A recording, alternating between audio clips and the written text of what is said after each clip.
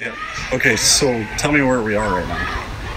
Well, we're on some small canal, I'd say, in the Delta.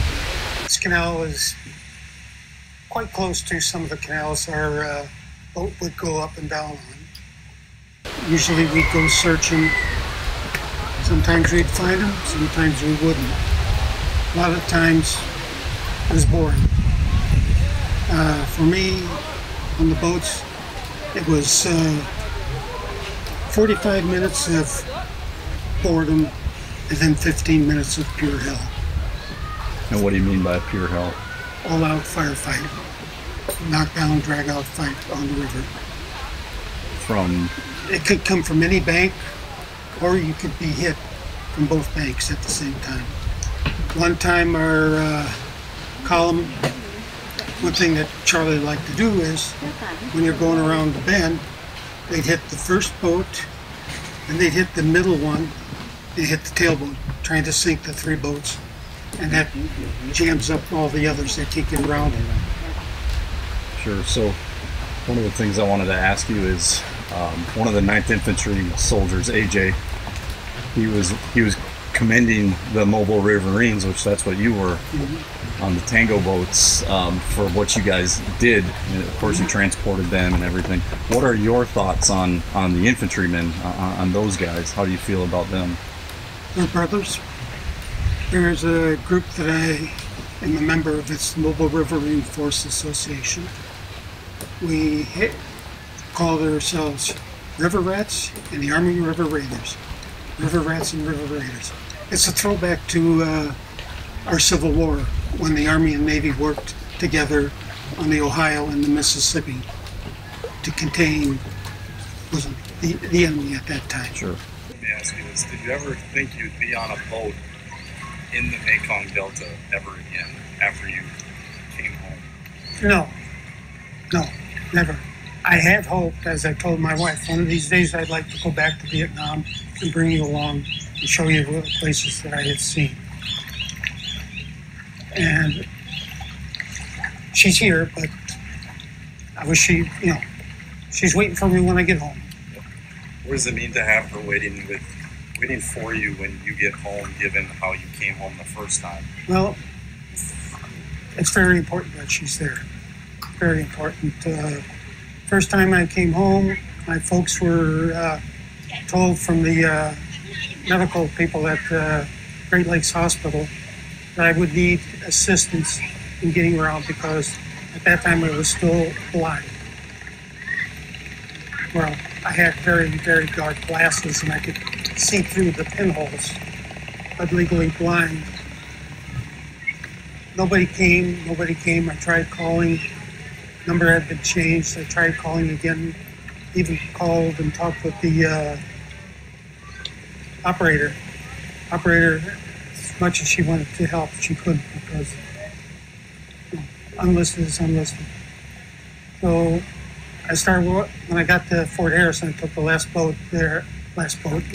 bus to Fort Bend from Indianapolis Airport.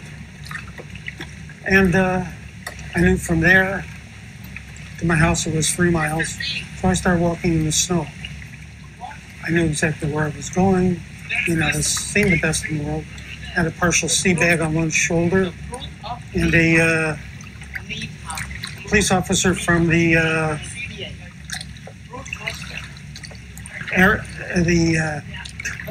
police department there,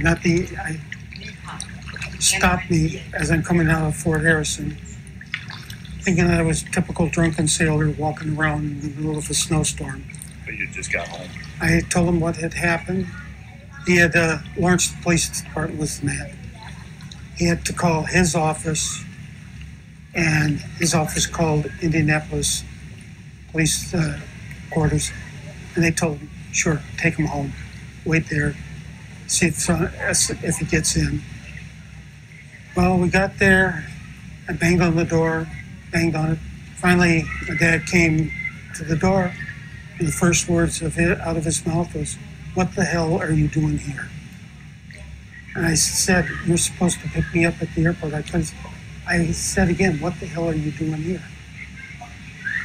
So I got in. The next morning, Dad had already left for Fort Harrison. He was still in the Army. Mom was already gone. My sister,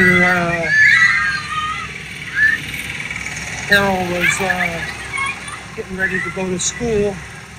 I said goodbye to her, and I left, packed up my bags, and went right back to the hospital. At least people at the hospital wanted me. What does it mean to, I guess, be back on the Mekong Delta in one of the canals that is similar to what you on a boating, but this time in peace? It's peaceful. Makes me feel more peaceful inside. I miss my friends. There were a lot more friends that I lost after I was medevaced out. I know there were more GIs that were lost. So. Now, do you have a coin for one of them? I got one right now. Do you want to talk about it before you place it? No. Or do you want to place it?